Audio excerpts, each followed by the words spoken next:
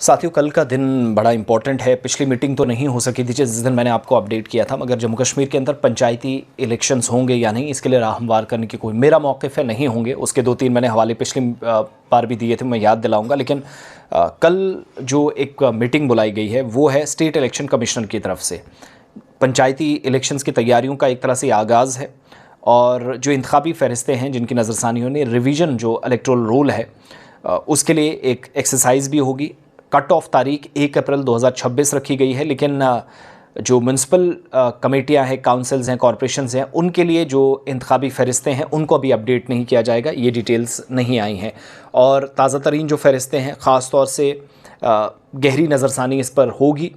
इसके बाद पंचायती इंतखाबात की जो तैयारियां हैं शुरू करने के लिए आला सतह मीटिंग दोबारा तय की जाएगी। यहीं से आगे अगली तारीख भी अनाउंस हो जाएगी। साथ साथ मीटिंग को पहले 3 मार्च से 9 मार्च को ये मीटिंग होनी थी, फिर 3 मार्च को होने वाली मीटिंग को मुलतवी कर दिया गया। वो अब कल यानी 9 मार्च को होने जा रही है। और कश्मीर डिवीज़न के जो डिप्टी कमिश्नर्स हैं जिन्होंने वीडियो कॉन्फ्रेंसिंग के ज़रिए मीटिंग में शिरकत करनी थी, ईरान के सुप्रीम लीडर के कत्ल के बाद ये सब नहीं हो सका और मुजाहिरों की वजह से कश्मीर में अमन अमान की सूरत हाल को लेकर खदशात अथॉरिटीज़ के थे और इंटरनेट सर्विसेज डाउन रही, वो भी एक मसला रहा। तो 9 मार्च यानी कल ये मीटिंग मुकर्रर की गई है पीर के। पंचायतों के लिए इंतखाबी जो फ़हरिस्तें हैं नज़रसानी पर तफसीलात आएंगी, तबादला ख्याल किया जाएगा और पंचायत की जो फ़हरिस्तें हैं, जो इलेक्टोरल रोल है, लिस्ट है, तकरीबन 1 साल या 2 माह गुजर चुके हैं। 2025 जनवरी में जिसकी नज़रसानी मुकम्मल हुई थी 1 जनवरी 2025 को, उसके बाद तकरीबन 1 साल से कोई बात ज़्यादा नहीं हो सकी। शांत मानू साहब हैं जिनने खबरसां इदारे से बात भी की हैं, जिनने ज़िम्मेदारी कुछ दिन पहले संभाली, 1991 बैच के IAS ऑफिसर हैं। डिप्टी कमिश्नर्स, सीनियर जो अफसरान हैं जिनमें कुछ वीडियो कॉन्फ्रेंसिंग के ज़रिए शिरकत करेंगे। पंचायती इलेक्शंस की तैयारियों से जुड़े मुख्तलिफ अमूर पर बातचीत की जाएगी। इसके अलावा जानकारी के मुताबिक state election commissioner ballot box, printing material वगैरह की जो दस्तियाबी है उसका भी जायज़ा लेंगे।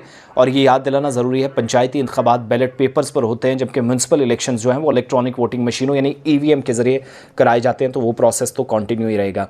इसके अलावा तवक्को की जा रही है कि 1 अप्रैल 2026 को कट ऑफ डेट के तौर पर जिसको तय किया जाएगा, यानी 1 अप्रैल को 18 साल के होने वाले नौजवान वोटर्स जो हैं वो बनने के अहल होंगे और उन तमाम लोगों का नाम लिस्ट में डाला जाएगा।